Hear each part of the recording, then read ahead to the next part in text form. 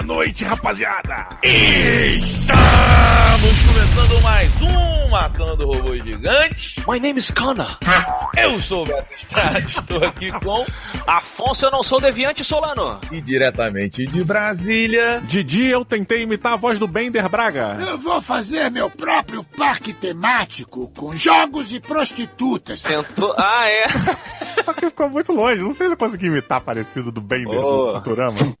Mas eu notei que a voz do Beto estava um pouquinho mais carregada e agora são 2h40 da tarde, ou seja, dormindo ele não estava. Beto não é nenhum Don Draper que dorme às 2 horas da tarde depois de um bom whisky. O whisky eu retiraria dessa forma, mas um cochilinho o Beto é fã. Sou fã, mas não venho fazendo muito. Na verdade, eu tô assim, por causa do final de semana, cara. O final de semana foi intenso. Foi um final de semana intenso aí de muita... Conta pra galera aqui do MRG. Não, é porque eu finalmente descobri um bar de samba em São Paulo. Aí eu aproveitei, né? 3 dias de bar de samba. E aí saiu, cara. Porque aqui é tudo muito diferente, né? Eles têm hábitos diferentes. Eu não sei, velho. Parece que tu tá em outro país, assim. O Beto é o John Carter, né? Em São Paulo. Um carioca, um stranger in a strange land. Um carioca em São Paulo. Mas olha só, Afonso, na moral, você vai entender. O Diogo, eu não sei se já se desacostumou. Pô, tava mó frio aqui. Todo dia faz frio nessa porra. Aí vai 13 graus, aí vai 9 graus e tal. Aí eu falei, pô, saudade do calor e tal, não sei o quê. Aí os caras... espera pra ver o verão. Você nunca mais vai falar isso. Falei, pô, né, eu sou do Rio, irmão. Olha, vou te dar um exemplo. Lá no Rio, é dormir 11 horas da noite com 38 graus. Ah, não. Aí também é demais. Aí não dá. É. Falei, pô... Não, mas cara, uma parada que eu sempre fico meio pé no chão, assim, é o fato de eu estar sempre indo pro Rio, né, sempre pra São Paulo e tal. É. E aí eu não esqueço de como é insalubre morar no Rio de Janeiro por todos os lados, cara. Ah, mas eu sinto saudade disso, cara. Sabe o que eu sinto saudade? Da pele oleosa. Porra, que delícia que era. Mas o frio deixa as pessoas elegantes. Eu sempre achei isso. Tu vai pra lugar frio, todo mundo é bonito. Todo mundo é bonito. Caralho, não tem gente feia. A pessoa, pra ser feia no frio, ela tem que ser muito feia, cara. Não é qualquer um é feio no frio. Não, tu tem que treinar. Tu tem que se comportar como uma pessoa feia. Não é qualquer um, porra. No calor, todo mundo é feio. Pessoa bonita fica feia. Você se olha, tá sempre feio, apesar de a gente já ser feio. Mas tudo fica feio. Você quer morrer o tempo todo. É infernal, cara. Eu acho que se resume àquela questão. Você prefere morrer congelado ou queimado? Pois é, eu vou sempre congelar. Eu prefiro congelado. Você vai dormindo, né? É ruim. Mas você vai... Mas dói. Depende também, né? Dói, claro. Isso que eu ia falar. Peraí, também tem isso aí. Uma coisa é você morrer no frio devagar. Vai esfriando, você vai ter hipotermia e tal, sei o quê. Outra coisa é um jato gelado e você congela. Mas não sei, fogo é foda. Talvez um jato congelado e você congela assim do nada é mais fácil. Porque você não sente, ele pum, congelou, já era. Mas Beto, Didi, pô, um jato quentinho é uma delícia de vez em quando.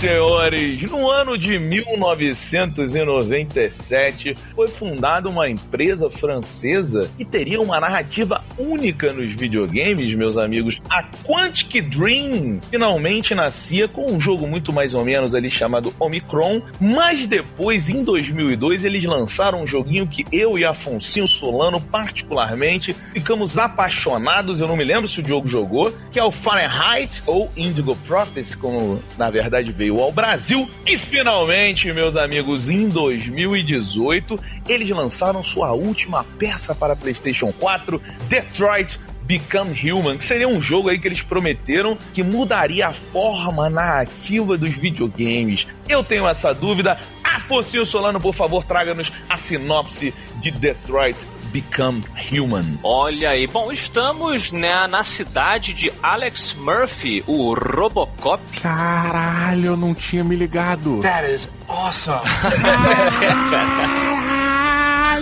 Caralho, maneiro, né, cara? Assim, eu não acho... Foda. Eu não acho que é sem querer. Eu também não vi o Cage lá, o dono da empresa, falar sobre isso, nem nenhuma entrevista que sustente. Mas acho que é meio que, né, não tem como fugir. A cidade do Murphy em um futuro, posso dizer, próximo, onde os androides são uma realidade e eles fazem parte do dia a dia de nós, seres humanos, ali servindo desde ajudantes, babás, até faxineiros, trabalhos braçais, trabalhos perigosos que a humanidade foi se distanciando, ainda que isso gere uma questão socioeconômica que rola o debate, né? Estão tirando os nossos empregos, aquela coisa clássica do sci-fi quando envolve robôs. E é claro que dá ruim, porque os robôs começam a se tornar conscientes, começam a ser tomados por emoção e a gente vai acompanhar essa história através dos olhos artificiais de um investigador policial, o Connor, de uma cuidadora de casa, como se fosse uma empregada doméstica, a Cara, e um cuidador de idoso chamado Marcus. Os três são androides e as histórias se cruzam nessa grande teia robótica que é Detroit Become Human. DJ Braguinha, eu quero saber de você, porque, assim, eu não me lembro se você é um cara que gosta desse estilo narrativo da Quantic Dream, com o Indigo Prophecy, com o Heavy Rain, com o Beyond Two Souls. Cara, antes deixa eu só fazer um adendo ao que a gente falou no começo do programa sobre Detroit, né, que eu fiquei maluco aqui, e aí eu dei uma pesquisada rápida no meu mainframe, e eu acho que um dos motivos deles usarem Detroit é porque Detroit é uma das cidades mais violentas dos Estados Unidos, e isso atualmente. E na época do Robocop, acredito que tenha sido até mais do que é hoje. É porque tem também um histórico de Detroit, Diogo, que o Robocop brincou também, no sentido de que ela se colocava como a cidade do futuro dos Estados Unidos. Em termos de arquitetura, principalmente, de carro, então umas fábricas. Então eu teria que lembrar da história toda de Detroit, mas é mais ou menos isso também. A dica pra quem tá ouvindo aí, tem um documentário chamado Detropia, que ele é maneiro, que ele explora exatamente a busca por um lugar que quer ser relevante, mas ao mesmo tempo é muito pobre, é muito violento, é realmente um lugar nos Estados Unidos que não deu certo. Vou indicar também a música do Kiss, chamada Detroit Rock City. É muito boa aí, um documentário aí sobre a realidade. Com isso dito, Didi, você curte esse estilo de jogabilidade, ainda é jogabilidade, né, da empresa Quantic Dream? Cara, olha só, eu acho que o primeiro Indigo Prophecy, ele veio numa época que meu inglês não era um inglês legal, eu não conseguia entender as coisas que eu lia, eu não conseguia acompanhar a evolução de cada personagem em cima da narrativa que era construída ali, porque você era muito dependente da linguagem, no caso da linguagem inglesa, não tinha nenhum desses jogos nem com legendas, cara. E quiçá com legendas em inglês mesmo, né? Eu acho que era só falado na época. Legenda em português, depois ali, no final dos anos 90, a gente teve muito jogo bacana traduzido pela Brasoft. Aí depois de um tempo, parou, cara. Aí voltou de novo. Mas olha que coisa bizarra. Até para jogos mais AAA, cara, a legenda em inglês era complexa. O God of War não tinha nem legenda em inglês, cara, o primeiro, saca? Não era uma coisa tão comum quanto hoje em dia. Porque só gritava o Kratos, porra, não precisava de legenda. I will have my revenge! Mas, cara, isso, eu acho que para esse tipo de jogo, para esse estilo de jogo onde... Vamos chamar de um jogo de decisões morais, né? Cara, você precisa estar por dentro do que está sendo conversado, da evolução de cada personagem, porque senão você não pega. E essa é a grande beleza de um jogo como esse. É você entender as premissas, né? E as motivações de cada personagem e misturar com as suas próprias ali, fazer uma salada legal e depois tentar chegar no que aquele personagem faria e tomar mais ou menos aquelas decisões ou assumir que todo mundo é você mesmo e foda-se. E aí você vai decidindo. Então, naquela época, eu não curtia. Só que, eu sempre disse isso, né? O meu inglês, ele veio junto com os amigos. Quanto mais meus amigos falavam inglês, mais eu falava inglês também, em proporções muito diferenciadas. Mas veio basicamente pelo contato com vocês, que sempre foram pessoas que falaram inglês, que liam muita coisa em inglês, consumiam muito conteúdo, e eu acabei absorvendo muita coisa de vocês.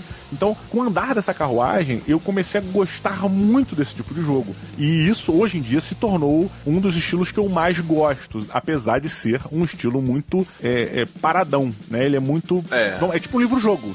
É um videojogo, na verdade. Mas assim, Afonso, a Quantic Dream tem um negócio de quebrar a visão, né? Então você usa vários personagens. Nesse aqui eles evoluíram, foram para 3 personagens de uma forma muito mais completa a história, porque os outros personagens nos outros jogos, né, pra quem tá ouvindo, você controla só as partes que eles são necessários para o fio condutor da história. Aqui não, você tá olhando 3 histórias diferentes, né, que vão se complementar. E tem muito mais opções e finais de capítulo, e ele mostra pra você, não o final exatamente, mas quando você termina, no caso aqui o Beto não jogou. Mas olha, a gente teve um episódio muito bom, cara, no YouTube, falando um pouco sobre inteligência artificial, entre outras coisas, e a gente passou um pouco por cima, né, pincelou um pouquinho sobre Detroit Become Human, lá no vídeo do MRG no YouTube, assistam, que tá muito bom. E eu acho... Eu queria muito terminar o que eu ia falar antes de não sabia. Eu nem tava prestando atenção. Tava chato o jogo. Tava chatão, né? Desculpa aí, caralho, quando terminei. Não, eu quero falar o seguinte, esse jogo aqui realmente, de fato, é o mais ambicioso, até no sentido de que ao final de cada capítulo, não ao final do jogo inteiro, mas cada capítulo ele mostra pra você a árvore de opções e resultados de cada situação, onde pessoas poderiam ter morrido, outras foram pra outro lugar, algumas deixaram de falar com você, não vão mais aparecer o resto do jogo inteiro, outras se tornam suas amigas, aí você fala, caramba, é muito ambicioso mesmo. É muito difícil ter um final muito igual ao do seu amiguinho, porque são tantas variáveis. Olha, eu ainda chuto, Afonso, que seria muito difícil você jogar de novo, eu ainda chuto que você teria dificuldade de ter um final parecido com o que você teve, ou até o mesmo, porque você já é uma pessoa diferente na hora de tomar as decisões, né? E uma coisa que eles fazem, que eles até colocam um nível de tensão em cima dessa dinâmica que eu achei legal, tem certas escolhas que você tem um curto período de tempo para decidir. Isso não é novidade, não foram eles que criaram, né? Tem outros jogos que fazem isso. Mas quando você tem que lidar com escolhas morais e o tempo tá passando, vem uma outra persona dentro de você reagir aquilo ali, é meio que um reflexo seu. E aí o seu reflexo, ele tá muito relacionado ao momento que você tá vivendo, de certa maneira. Então é bem provável que se você jogar de novo, você tenha algumas escolhas aí diferentes do caminho que você trilhou na vez anterior, né, cara? É sobre isso que o Didi tá falando,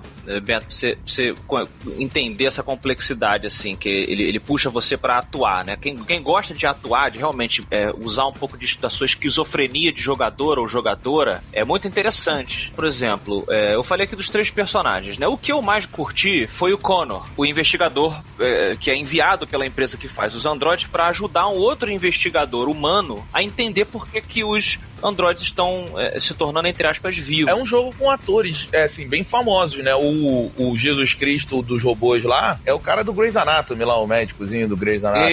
Isso, tem pessoas... Isso, tem o Land... Eu ia falar Lando Calrissian, não. O Land... Eu esqueci o nome dele, Harrison Christensen, que é o Bishop do Aliens, também tá no jogo. Tem várias pessoas conhecidas, o que ajuda nessa imersão no sentido de que eu, enquanto Connor, o jogo ele tenta te emocionar colocando você no papel de robôs que estão se sentindo vivos e não querem ser desligados. Mas o Connor, ele tem uma missão. Ele é o exterminador do futuro ali. É o mais... Apesar dele ser super simpático, ele até fala, eu fui desenvolvido para causar uma simpatia entre as pessoas. Então ele não é um Arnold, ele é um cara simpático, tem um rosto legal e tal, uma voz calma. Mas o jogo queria que eu me emocionasse, eu acho, né, e simpatizasse com os robôs, mas quando eu jogava com o Connor, eu falava assim, eu não posso simpatizar com essa calça. You want something else? Something artificial. Eu tenho uma missão. Mas é legal. É legal, cara. Você fala, você vai atirar no robô? Eu sou robô. Eu vou tirar um igual a mim, mas eu tenho uma missão e tal. Aí eu, não, eu tenho uma missão. Aperta o gatilho com dor, sabe? É legal pra caramba. Isso é muito fino, Beto. O que eles... Essa mudança psicológica que o game design faz em quem tá jogando, nossa, cara. Ele realmente questiona seus princípios, assim. Ele, obviamente, o jogo ele tem questionamentos ali sobre o que é existir, né? O que é um ser humano, o que é um ser vivo, na verdade, exato. Esse robô, esse androide é um ser vivo, ele sente, ele fala, mas é tudo uma programação, foi a gente que fez. Então esse cara merece o respeito. E aí o jogo ele entra num quesito muito interessante sobre o abuso, entre aspas, chamado de abuso aqui, mas dos compradores, né, das pessoas que compraram os androides, eles abusam, batem nos robôs e, botam os robôs para viver em condições insalubres. E aí só que como é um robô mega humanizado e a intenção da confecção dele é para que o ser humano olhe para o robô e veja realmente uma pessoa quase como ele. E aí você fica assim, cara, é abuso? Tipo, essa porra é um aspirador de pó, velho. É o que eu falei, o Connor, ele repete, quando alguém pergunta, cara, você acha que você tá vivo? Ele fala, não, eu sou programado pra responder fingindo que eu tenho uma emoção, mas isso não é emoção de verdade. E aí, claro, que o jogo questiona, mas a emoção num ser vivo também não é um conjunto de uma reação neuroquímica pré-programada? Elétrica até, de certa maneira, né, cara? Também, elétrica, exato e tal. Então, a gente também não é programado pra responder com emoção quando a gente se machuca? Eu acho que isso leva pro grande questionamento, pra palavra pra mim que definiu Detroit Become Human, que é empatia. Acho que essa é a grande questão, né? O jogo, ele não coloca esse movimento do jogador sentir empatia pelos androides, ou pra ele defender, ou pra ele comprar a causa. Ele não bota isso como um game design, isso não faz parte, tecnicamente falando assim, daquilo ali. Porém, eles contam com isso pro jogo fazer sentido, porque sem isso o jogo fica sem sentido algum, sabe qual é? Se fosse uma máquina só apertando botões e reagindo com a melhor probabilidade ali de tudo, o jogo não teria graça nenhuma. O jogo, justamente, ele é tão bom, pelo menos pra mim, e tão realmente diferenciado na questão de mudar a narrativa, como eles falam, por causa disso, porque ele mexe com essa questão da empatia, que é o mesmo princípio de uma guerra. A primeira coisa que um exército quer fazer quando entra em combate contra um outro é desumanizar o inimigo, porque a partir do momento que você desumaniza o inimigo, você faz com que matar uma criatura não seja matar, na verdade, né? Você tá desativando aquilo ali. Então é muito interessante porque você, como joga com um androide, ou seja, você está na pele do androide, você sofre o que o androide está sofrendo, você tem empatia por ele. E aí você começa a querer defender. Não, porra, eu vi essa porra, o cara filha da puta, ele fez isso. Só que, tipo, é muito maluco, porque isso é uma questão mega atual, assim, nem só atual, mas a humanidade fala sobre isso, né? A humanidade é empatia e a gente tem que discutir mais empatia em todos os ambientes pra gente realmente entender como cada pessoa sofre.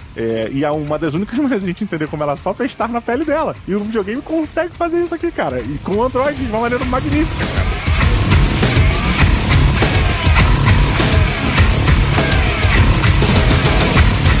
You know, being Carolyn taught me a valuable lesson. I thought you were my greatest enemy, when all along you were my best friend.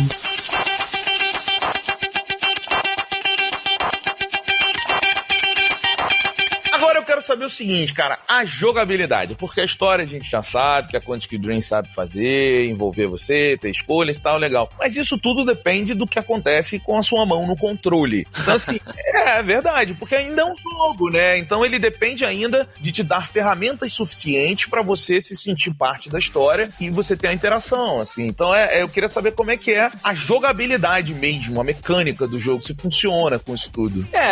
Você quer contar uma história muito complexa, você tem que abrir mão de certas liberdades do jogador. Isso aí é o desafio eterno do game developer, né? A gente até criticou isso, por exemplo, no Red Dead Redemption, né? Muita liberdade na hora de brincar, mas na hora da história ele sacrifica um pouco a abertura. Não, você tem que ficar parado aqui atirando, senão na hora tu não vai ver não sei o quê. Algumas pessoas saem melhor com isso, outras não tão boas. Mas eu acho que a Quantic Dream, às vezes ela exagera. Tipo, tem um jogo que você tem, tipo assim, gire o thumbstick da direita para abrir a sua caixa de suco de laranja. Aí você, tá bom. Aí disse aqui, aí incline o controle para amamentar o bebê.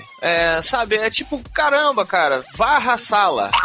Cara, mas deixa eu defender um pouco esse ponto, porque no início eu achei meio chato, mas depois eu entendi a funcionalidade disso, sabe? Que a repetição do escravo, né, também tem isso. Exato, e é meio que tudo pra você entrar na imersão, até porque uma qualidade do que eu acho que tem nesse ponto por mais que no geral não seja uma coisa tão legal, mas a maneira como eles fazem cada movimento, por exemplo, varra o piso da sala. Você tem que movimentar o controle mais ou menos como você faria com uma vassoura. Amamente o bebê. Você pega e faz como se fosse virando uma caneca, sabe? Virando uma mamadeira.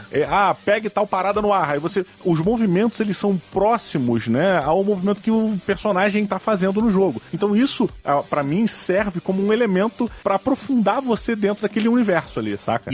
É muito mecânico fazer isso, né? Muito chato como é a vida dessas pessoas. Eu acho que aqui funciona melhor. menor do que nos outros jogos. Eu tinha que ficar fazendo coisas mundanas e eu entendo que você tá ali entrando na vida do cara do Heavy Rain, porque depois quando você perder o filho vai ser aquele sofrimento, caralho. Mas eu acho que às vezes passava um pouco do ponto. Aqui eu entendo isso, mas eu acho que ao longo da história, você tem que dar uma missão que você tem que buscar um negócio de tinta lá pro cara que você trabalha. Claro que ele serve pra mostrar o dia a dia dos robôs. Você vai andando, você vai vendo as pessoas protestando porque os robôs estão roubando o emprego, você vê nego maltratando o robô, você vê um pouco do futuro, mas ao longo dessa jornadinha, eu queria ter um pouquinho mais de liberdade, não liberdade estilo GTA, claro, mas pra eu, de repente, falar com outras pessoas, interagir com outras coisinhas no caminho, é pouco, eu acho. Tem umas fases, Beto, que você praticamente tá andando pra frente e obedecendo o que ele fala. Agora bota pra direita, agora aperta X, agora aperta Y. Aí você... Mas é pouco, né, Diogo? No resto, o jogo brilha bem. Pois é. E até nessa questão que a gente falou agora dos movimentos do controle, dos movimentos mecânicos que a gente faz, eu acho que eles poderiam fazer um decalquezinho, né? A cada evolução de capítulo e tudo mais, você vai diminuindo a quantidade de interação de maneiras diferentes. Porque você já entendeu, você já entrou no mundo, você já tá imerso ali. Não precisa continuar, sabe? Eu acho que o foco não é mais esse. Só que você continua. Por exemplo, você vai abrir a porta, não é apertar o A. Você vai abrir a porta, tem que passar o dedo na touchscreen lá do controle para ir a porta abrir. Aí você quer fechar, você passa no sentido contrário. E por aí vai.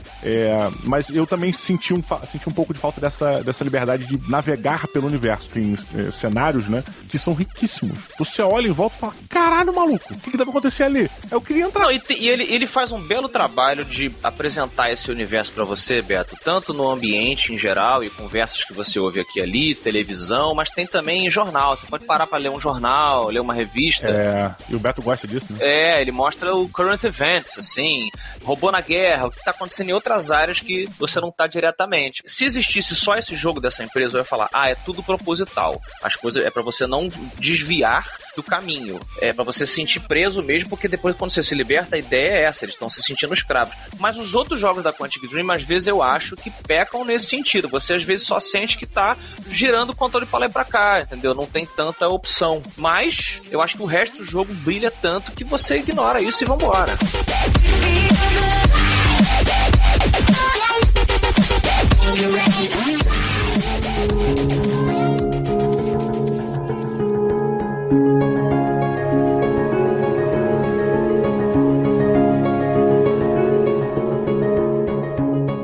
Braguinha, eu quero saber de você, então, de 0 a 5 robôs gigantes, quantos você dá para Detroit Become Human? Queridos ouvintes, queridos amigos, que prazer jogar tal magnífico jogo, senhoras e senhores. Que gráficos deslumbrantes, que visual inacreditável. Nunca eu tive vontade antes de ter coito com um Android, olha que coisa maravilhosa. Mas, cara, é muito interessante porque ele é um jogo que realmente consegue fazer com a gente coisas que ficção científica de boa qualidade consegue, né? Que é gerar questionamento, que é você parar pra conversar, que é te pegar, às vezes, no contrapé, você tá indo por um caminho que você meio que tá reagindo àquilo, e aí quando você reage àquilo, você vê que você... Caralho, peraí, mas é certo fazer o que eu fiz? Então é um jogo muito bacana, um jogo que realmente ele desperta essas curiosidades, né? Esses questionamentos, na verdade. Tem uma coisa que a gente comentou, que o Afonso comentou rapidinho, e que eu achei que dessa vez foi um desserviço, e isso é até um padrão dentro desse estilo de jogo, que é essa questão dessa árvore de e se, né? Se você tivesse feito isso, aí, sabe, você vai vendo as outras opções, você vê as opções que o pessoal no mundo inteiro seguiu, né? E aí, quantos por cento de pessoas tomaram essa decisão, quantos por cento tomaram outra. Eu acho que essa dinâmica é muito interessante pra você ficar se comparando. Só que pra esse estilo de jogo, principalmente com essa evolução, eu não gostei disso, porque eu acho que é uma jornada pessoal, saca? E a sua jornada pessoal, eu não acho que ela tem que ser comparada com a jornada de outra pessoa. Olha. Ela é uma jornada que você tem que olhar pro que você fez e pensar nas outras oportunidades, sabe? Então, a partir do momento que você tem lá, aqui você tem 4 decisões. Você pode atirar na cara do robô, você pode pular e dar um voador dos 2 pés no robô, você pode simplesmente deixar ele morrer afogado, ou você pode salvar o robô. Beleza, aí você toma essas decisões. Quando você coloca que 60% das pessoas salvaram o robô, você está definindo um certo e errado. E eu acho que uma das grandes maravilhas da crítica que a ficção científica faz, ou que qualquer outro tipo de literatura venha criticar ou venha tentar expor, é você questionar, é deixar em aberto para o questionamento. E quando você coloca que 60% das pessoas foi por esse caminho, em geral, pelo menos a minha reação foi de achar que aquele era o caminho correto. O que também é uma crítica e destrói tudo que eu construí até agora falando pra vocês. Então esquece o que eu falei, porque eu acabei de mudar de opinião. Não, mas você botou uma parada que, cara, de fato, ao mesmo tempo que você pode se sentir único, tipo, olha que interessante, eu tomei um outro caminho, ele tá meio que mostrando, ou talvez sugerindo uma moralidade, né? Mas isso também, mas olha, por isso que eu falei que destrói, porque olha só, isso também é uma forma de se questionar, falar assim, cara, peraí, isso aqui não é o certo, isso aqui é o que a maioria das pessoas fez. Exato. Isso aqui não quer dizer que eu tô certo. Então assim, ainda é uma, por isso que eu falei, cara, eu não posso não gostar disso, isso também é uma forma de questionamento, sabe qual é? E que é uma crítica que bateu pra mim, eu fiquei incomodado com isso, logo me atinge, eu me espelhei ali. Entendi. Você realizou isso agora, né? Agora que eu percebi essa parada, então tipo, retira a minha crítica. Agora eu entendi. Agora eu entendi. Mas, cara, olha, é um jogo fantástico, acho que todo mundo tem que jogar, ele é muito interessante, precisa realmente de você. Ele, apesar dele você tá dublado, né? Fabulosamente dublado, na minha opinião. É um jogo que dá pra você jogar muito bem, você vai entender, você precisa se dedicar, porém, não é um jogo de ação. Os momentos de ação são boring. Não, pô, eu fiquei com medo das consequências. Pois é, mas eu tô falando mais naquela cena onde você tem que fazer o parkour. Aí tu tipo, puta, sério? Não, beleza, mas... Assim, não precisava, sacolé? Tem umas cenas que você tem que... Essas ações mais específicas, onde você tem que controlar, ok, legal, mas... É que são, Beto, como a Quantic Dream sempre faz, essas quick time events. Sim. Né? Aperte o A rápido, gire à direita, coisa, então... de certa maneira, Diogo, você não tá fazendo, você tá... Só mandando fazer também. Mas, ô Diogo, as cenas de ação da Quantic Dream... Elas não são pra isso, elas não são assim. Eu me lembro no Beyond Two Souls uma perseguição de moto que é horrorosa também de se jogar. Pois é. O grande lance deles mas e aí, você deixou a menina cair do prédio ou não? Quais decisões que você tomou que te levaram a isso? Sei lá, cara, eu não vi utilidade. Principalmente nessa cena do parkour que acontece com alguma frequência. Só que isso não fere o jogo a ponto de dizer que não vale a pena jogar ou ficou chato. Não acho que fere de maneira nenhuma, porque realmente a narrativa, que é a grande qualidade da empresa, né, da Quantic Dream, e a beleza do jogo, nossa, que jogo bonito, maluco. Cara, jogo bonito. Lindo, Beto. Caralho, cara. Lindo, Cara, e assim, choveu, Beto. Ele é belo porque assim, o visual ele afeta a história. Então, por exemplo, tá chovendo pra caralho, e aí você vê a sua Android totalmente molhada, não sei o que, aquela coisa, tu fala, porra, ela vai passar a noite assim? Será que não dá merda? Não deve dar merda, né? É um Android, não vai enferrujar nem nada. Aí ela tá com uma menina novinha. Aí tu fala assim, porra, mas a menina vai dormir molhada assim? Ela vai ficar molhada assim? Aí tu, puta, cara. E aí quando tu tá pensando nisso, o jogo pergunta assim, você quer buscar uma toalha? Sabe? Tem uma toalha que quer levar para a menina? Aí tu, pô, claro que eu quero, pá! Saca? É muito bom, cara, é muito bom. Então assim, bicho, é difícil dar nota pra um jogo como esse, porque... Não é, não. Não me venha com esse seu discursinho de difícil dar nota. Não começa, Diogo. Quando eu propus acabarmos com as notas do MRG, você e o Beto votaram pra manter nota. Claro. Então você seja homem e mantenha a porra do número que você pediu pra ficar. É verdade. Tô certo ou não tô, Beto? E não dá pra voltar atrás, irmão. Não dá. De 0 a 5 robôs gigantes. Isso. Quantos você dá para Detroit Become Human? Preste bem atenção. Primeiro de tudo, ousado vocês assumirem que eu sou homem. Segundo de tudo, eu vou dar a nota que eu quiser. Sim, mas de 0 a 5. Meu corpo, minha nota. Você pode dar a nota que você quiser, entre 0 e 5. Muito bem. Então, para Detroit Become Human, eu vou dar as robôs gigantes, que é uma nota que eu acho justa pro jogo. E é isso aí. Então ficou aí pro Didi. Que filho da mãe, Beto. Afonso Solano, por favor, sua nota de 0 a 5 robôs gigantes para Detroit Become Human. Olha aí, sempre que eu já comentei isso algumas vezes no Matando Robô Gigante, que a gente costuma criticar com mais emoção as coisas que a gente se importa, né? Porque a gente vê o potencial. Até episódios que ficam super engraçados com a gente zoando, sei lá, Liga da Justiça, filme ruim, né? Jogo ruim e tal. A gente às vezes fica muito mais passional porque a gente enxerga o potencial, né? Ou às vezes até uma possível perfeição. E eu acho que um jogo como Detroit Become Human, ele, cara, por ser muito bom, quando essas coisinhas aqui e ali surgem, que de fato são muito pequenas, a gente fica, um pouquinho, se não tivesse isso, talvez fosse perfeito. Mas eu acho que não existe perfeição. E a exemplo do que o próprio Sci-Fi discute nesse excelente jogo, cara. Ele anunciou essa proposta com curta, que saiu quando ele anunciou o jogo, acho que pra PlayStation 3, né, chamado Cara. Então, aquilo é uma tech demo, né? Isso. Talvez um glimpse, né, Afonso, do que seria o Detroit. E cara, vou te falar que chegou, se não ultrapassou a proposta. É possível você simpatizar com um ser, não só não humano, mas artificial, cara. E realmente é o que ele discute. É difícil você, às vezes, trazer uma coisa nova para uma discussão que é clássica já do sci-fi, né? O robô que se sente gente, sente pessoa. Uhum. Eu acho que às vezes eles caem nos estereótipos aqui e ali, mas no geral a escrita é muito boa. Eu temi por aqueles personagens, sejam robôs ou pessoas. Eu falei, caralho, vai morrer, puta merda. A abertura do jogo, Beto, é muito boa. Você já chega numa situação de refém, jogando com o Connor, ele te apresenta toda a dinâmica do jogo ali, é tenso. É muito foda. A dinâmica, eu gostei realmente mais do Connor, simpatizei bastante com a Cara, que dá nome ao trailer que a gente falou agora. Uhum. Ela é a menininha, tem uma coisa óbvia. A galera lá, o Marcus, que é até um ator conhecido de uma série que eu não assisto, mas o pessoal reconhece, ele tem um rosto... É o Grey's Anatomy, é ele? Isso, ele é o cara do Grey's Anatomy.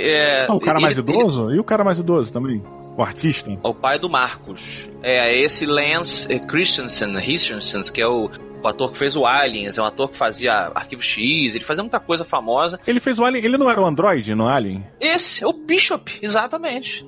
Caralho, que é muito foda. Agora que, caraca, muito bom, né? Cara. Porque agora, tipo, tô pegando referência, ele era o Android daquele filme e agora ele é o caralho. Meio que ele entende o cara, né? Ele entende o Android dele, ele estimula artisticamente e, cara, intelectualmente o cara, pô, mó barato. Eu sempre curti, a gente que gosta de sci-fi gosta desses debates, né? Eu lembro que no Mass Effect, o personagem que eu mais gostei e que eu mais passava tempo conversando era o Legion. Opa! Puta, eu tenho um bonequinho, tô olhando pro bonequinho aqui do Legion, que vocês sabem que eu tenho. Cara, é muito interessante. Eles botam na dinâmica Connor e do amigo policial, que eu esqueci o nome dele agora, que é humano e não é uma coisa meio Will Smith. Eu robô. O cara que não gosta de robô, Beto, sabe? Aí depois ele talvez mude de opinião, dependendo de como você joga.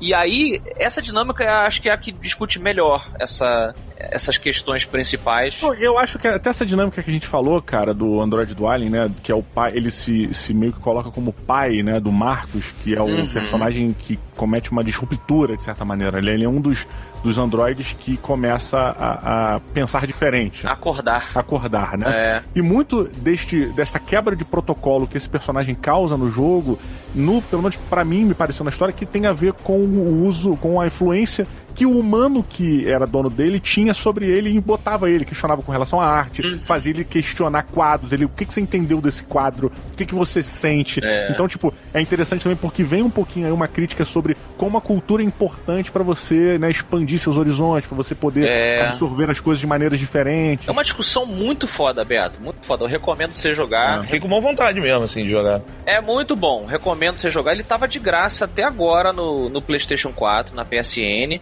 Vale, inclusive, não tá mais de graça, procure uma promoção, vale o seu investimento, porque é um jogaço. E como eu tenho culhões, eu dou 4.5 robôs gigantes para Detroit Become Human, Didi. Gostou dos meus culhões? Fuck you! Olha, que legal. Pois é, gostei dos seus culhões. Inclusive, eu queria até botar pro Beto. Beto, eu acho que você pode usar esse jogo, porque esse jogo me fez entender um pouco melhor o Afonso.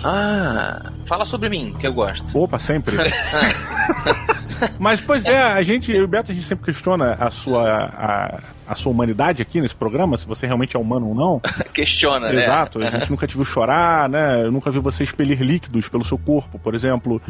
Então é bom pra gente entender um pouquinho como é que o Afonso funciona e pra perceber que sim, cara, ele tem salvação. Tenho salvação. Talvez eu me torne um deviante, Beto. Me ensinem a ser uma pessoa com falhas. Caralho, sacanagem.